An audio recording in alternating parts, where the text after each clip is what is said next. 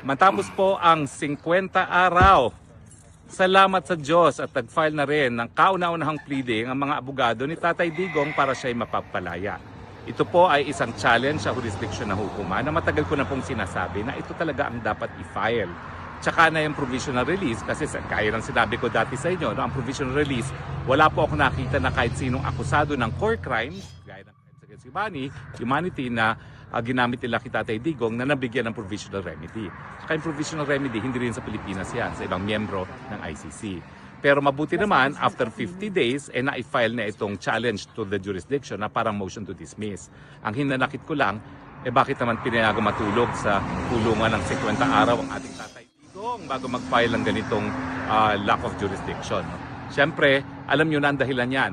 Ang linalaman ng petisyon ay dahil nga po pangalawang taon na nasimulan ang preliminary investigation ng hukuman at dahil dyan ay lampas na isang taon na dapat nagsimula ng preliminary investigation ng police. Ang rationale po nito, ang Rome Statute po hindi mandatory. Libre mga bansa magdesisyon kung sumapi at libre ng mga bansa na magdesisyon kung sila ibibitiw na sa ICC. At kapag sila ay nagdesisyon na bumitiw, hindi naman ibig sabihin na forever sila ay may duty to cooperate. Nakasaad mismo sa tratado, Rome Statute at sa desisyon ng Burundi na kinakailangan simulan yung trigger to the court's jurisdiction, which is the preliminary investigation, sa loob na isang taon matapos ang deposit of instrument of ratification. Ang sasabihin ng prosecution, yung preliminary examination daw ay nasimulan doon sa unang taon kung kailan bitiw ang Pilipinas. Pero yung preliminary examination, hindi po yan sakop ng formal na stage ng ICC. Yan po ay lahat ng sources pwede tignan ng prosecution para malaman niya kung talagang magdediretso siya sa preliminary investigation.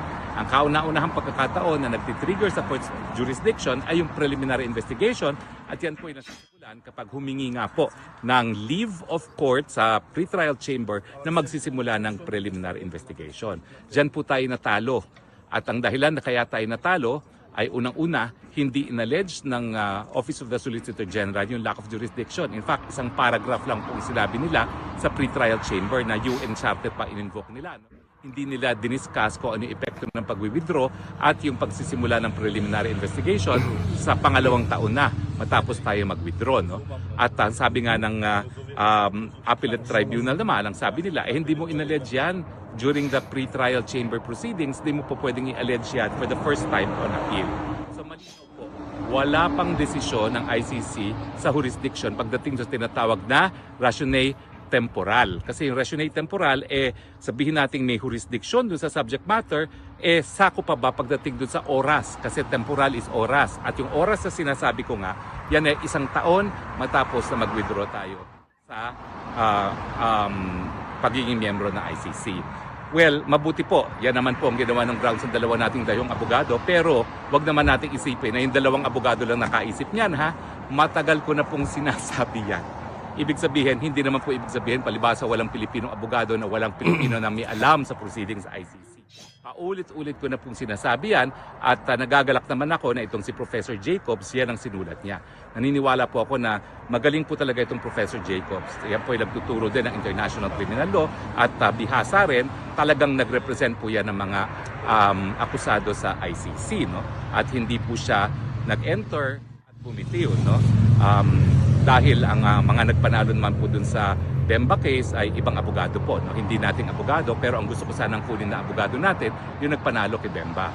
But in any case, we are finally happy na after 50 days na kinulong nila si Tatay Digong, meron na tayong motion to dismiss. No? Dahil ngayon, kinakailang desisyon na yan ng hukuman.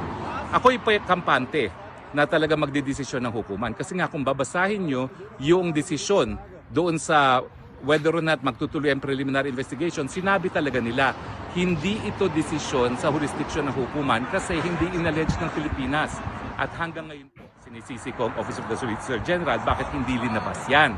Dahil ang kwento po niyan, bago naman ako tumakbo nung eleksyon, noong 2022, ako po yung nanguna doon sa interagency na body na binuo para nga sumagot dyan sa request ng ICC kung magtutuloy nga ang preliminary investigation. Nagulat talaga po ako na kumuha sila ng isang abogadong dayuhan at hindi na pinadaan sa ating mga Pilipino ang kasagutan. No?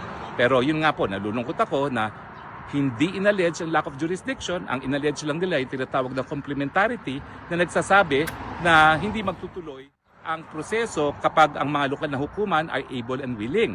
Ang sabi ng pretrial tribunal, dahil hindi ka nag-discuss ng lack of jurisdiction, inaamin mo na merong jurisdiction. Pero ganun pa man, dun sa desisyon ng pretrial chamber, sinabi talaga nila, hindi ito desisyon sa jurisdiction. Hindi kasi inallege in the first place yung lack of jurisdiction, so hindi sila kinakailangan magdesisyon. At ngayon, ito yung pagkakataon na dapat magdesisyon sila. Kampante po ako na madidismiss ang kaso for lack of jurisdiction dahil meron ng desisyon doon sa Burundi at meron pang bagong desisyon na in-invoke itong si Professor Jacobs. Maraming salamat, Professor Jacobs. Iba po talaga kapag professor ang gumagawa ng pleadings, up to date po talaga sa jurisdiction. No? So in any case, yan po yung suma total ng final ni Tatay Digong at naniniwala po ako na bagamat matagal ang proseso pagdidesisyon dyan, sa Pilipinas po kasi 90 days upon submission for resolution. Ito po siyempre, sasabihin mo ng prosecution na sumagot. Hindi ko po alam bakit dito sa Europe napakatagal nila gumawa ng pleadings. Mantakin mo 50 days bago mo nakagawa nitong challenge to the court's jurisdiction. Hindi po ako magtataka kung ang prosecution hihingi na naman ng 50 days. Meanwhile, 100 days total na nakakulong si Tatay Digong. Kung kakilala ko yung aking dating amo na yan, ni isang araw ayaw talaga niyang makulong at mahusgahan ng mga dayuhang mga husgado dahil paulit-ulit niyang sinasabi tanging Pilipinong mga mahistrado lang ang dapat maghusga sa kanya at dahil tayo malaya at suberenyong bansa, dapat mga hukumang Pilipino lang ang magdedesisyon. Okay? Now, ang tanong, bakit hinuli muna ang dating presidente bago ilantad sa kanya ang mga ebidensya na naging dahilan pag-issue ng warrant of arrest? Siyempre, sa ating mga Pilipino, parang mali yun kasi hindi ganyan ang sistema natin. No? Pero alam niyo po, i-explain ko sa inyo kung bakit ganito ang proseso sa ICC at ano yung sinusunod nating proseso sa Pilipinas. Sa Pilipinas po, bago magkakaso sa hukuman, dadaan muna tayo sa proseso ng preliminary investigation. Ang preliminary investigation po yan ay kaya narariyan yan at karapatan yan ng lahat ng akusado sa hukuman para malaman nga kung merong krimen at merong bang sapat na ebidensya na posibleng yung nasasakdal nga ang gumawa ng krimen. Bakit nagkakaroon ng preliminary investigation? Kasi unang-una, hindi dapat masayang ang panahon at ang resources ng gobyerno para litisin yung mga hindi naman mapapatunayan nagkakasala sa hukuman. At syempre, para naman sa mga respondent o akusado, para hindi rin sila masubject doon sa gastos, sa pagod, at oras, at syempre, yung emotional distress na talaga namang nasa-suffer ng mga tao kapag meron silang kaso sa hukuman. So, ang preliminary investigation sa Pilipinas para sa gobyerno at para doon sa akusado nang sa ganon, hindi sayang ang panahon, hindi sayang ang oras at yung emotional distress na dinudulot ng pagkaso. So, ganyan po ang sistema natin. Anong problema sa sistema natin? Ang problema sa sistema natin, kung walang pera ang mga nagdidemanda, paano sila makakakalap ng ebidensya? In fact, ang ginagawa ng mga piskal sa preliminary investigation, iniisip nila na kami ay quasi-judicial para silang piskal. So hindi sila nakikialam sa investigasyon. So, on their own, ang mga biktima sa pagkakalap ng ebidensya. Kung wala silang pera na para magkuha ng abogado na kakalap ng ganitong mga ebidensya, hindi sila makakasampa ng kaso sa prosecutor man lang. Kaya talagang parang mahirap maging biktima sa atin dahil kung wala kang sapat na pera para magsampa ng kaso sa piskalya, hindi ka makakaroon ng katarungan. No? Siyempre po, ang mga pulis, pwedeng sila rin magsampa. At karamihan naman ng mga kaso na walang pera yung mga private complainants, yung mga nagrereklamo, pulis ang nagsasampa. Pero ganoon din po. Mahina po sa law and evidence sa mga pulis. Gaya ng mga sinampan nila sa akin, ang ebidensya nila doon sa qualified theft na meron daw conspiracy, hindi naman ako gumawa ng kahit ng elemento ng human trafficking, wala ring ebidensya sa pollution, sampa lang sila sampa ng kaso. Samantalang, kung meron talagang abogado na tumulong para ihanda yung tinatawag ng mga complaint affidavits, dapat yan, pwede nang maisampa sa hukuman. Sa sistema rin po natin, lahat ng records ng piskalya sa preliminary investigation, yun na rin ang nagiging basihan ng court files kapag nakarating na sa hukuman para paglilitis. In fact, ngayon po, sa bagong rules ng Korte Suprema, importante na sa simula pa lang ng kaso sa hukuman na lahat ng ebidensya ay ilabas na ng prosecution. At ganun din ang gagawin ng depensa, no? Which is a process na similar sa nangyayari ngayon sa ICC na pinapadetalye na ng hukuman kung anong ebidensya ng prosecutor laban kay dating Presidente Rodrigo Roa Duterte. Pero ang sistema, kaya naman ngayon pa lang nilalabas kasi ang Europa at pati ng Amerika, dahil ang Amerika naman, dating colony ng England, no? Ang sinusunod nila ay inquisitorial system. Ang sinusunod natin sa Pilipinas ay adversarial. Anong pagkakaiba? Ang inquisitorial system, yung prosecutor na katulong ang pulis, ang nagkakalap ng ebidensya at nagsasampa sa hukuman. Ang maganda rito, unang-una, hindi na yung mga biktima ang gagalaw para makakuha ng ebidensya. Yung gobyerno na mismo kukuha ng ebidensya. Siyempre, yung kumukuhang judge na umaaktong prosecutor, makikipagtulungan sa pulis. So meron siyang kapangyarihan din talaga. May mga tagakuha siya ng ebidensya. At bukod pa dyan, may kapangyarihan siya na mag-issue ng mga supinas. Ang maganda sa sistema na inquisitorial system, unang-una, walang gasto sa biktima. At ang mga biktima naman, hindi na kinakailangan kumuha pa ng abogado para sila ang kukuha ng ebidensya. Now, sabi ko nga, ito yung sistema sa buong Europa at sa Amerika dahil ang Amerika naman, ang England, ganyan din ang sistema. Ang pagkakaiba lang sa England, bagamat ang prosecutor din ang kukuha ng ebidensya at ang tinatawag nila dyan magsisimula ng inquiry, no? Inquiry na meron ding West na nag-i-inquire. Ang pagkakaiba lang ng England at Amerika, dadalhin pa rin sa grand jury ang ebidensya para magdesisyon yung mga ordinaryong mamamayan kung merong nga sapat na ebidensya para dalhin sa hukuman. Now, ang sistema natin siyempre, adversarial ang tawag. Kinakailangan talaga ang biktima ang kumalap ng ebidensya.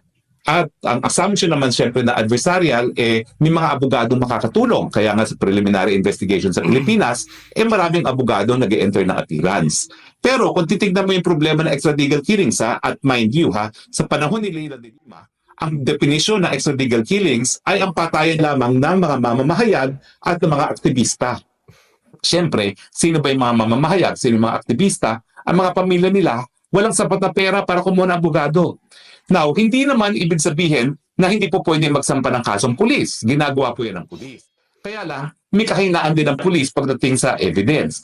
Gaya ng kasong sinampan nila sa akin, walang kalatoy-latoy dahil wala namang ebidensya na ako'y nag-participate sa kahit anong human trafficking. Wala yung elemento ng human trafficking na nag-recruit, na gumamit ng dahas para pagsamantalahan ang kanilang labor, no? At siyempre, wala rin ebidensya ng conspiracy. Kasi nga, ang mga pulis, bagamat kumuha ng basic rules and evidence, hindi sila talaga bihasa, hindi gaya ng mga abogado. So yan yung isa sa downside naman ng adversarial system. Pero ang maganda sa adversarial system, dahil at every step of the way, naglalabanan. Yung dalawang partido, kaya adversarial, no? Labanan ng private complainant at saka labanan ng akusado, kada stage, nabibigyan ng karapatang sumagot yung akusado. At siyempre, hindi maisasampa ang kaso sa hukuman kung saan po pwede siya makulong hanggang hindi sila nagsagutan doon sa preliminary investigation. Ibig sabihin, yung dalawang sistema ng inquisitorial at adversarial, merong pros and cons. Ulitin ko, doon sa inquisitorial na ang prosecutor kasama ang pulis ang kakalap ng ebidensya, walang gastos ang biktima, bihasa sa batas ang mga prosecutors o kaya West na kumakalap ng ebidensya. Number 3, merong power to subpoena. At saka number 4, siyempre, yung karanasan. Kasi bihasa na sila kumalap ng ebidensya. At number 5, yung mga biktima, wala nang gagawin talaga, no? Dahil magrereklamo lang sila, bahala na humanap ng ebidensya ang Estado. At saka siyempre, ito na may ayon doon sa obligasyon ng Estado na talagang bigyan ng mabilisang katarungan ng biktima ng patayan o ibang mga seryosong kaso. Ang downside, yun nga, sa sistema ng Europa, hindi malalaman na nasasakdal kung anong ebidensya laban sa kanya hanggang makarating nito sa hukuman, nagkaroon ng warrant of arrest, inaresto muna siya at saka niya malalaman ang ebidensya. So syempre, ang downside ng inquisitorial system, medyo hindi makatarungan naman yun doon sa tao na kukulong muna bago siya mabibigyan ng provisional liberty kung papayagan ng hukuman. Kasi sa akin, napaka-importante naman ng kalayaan, kasama ng karapatan mabuhay at karapatan ng malaya.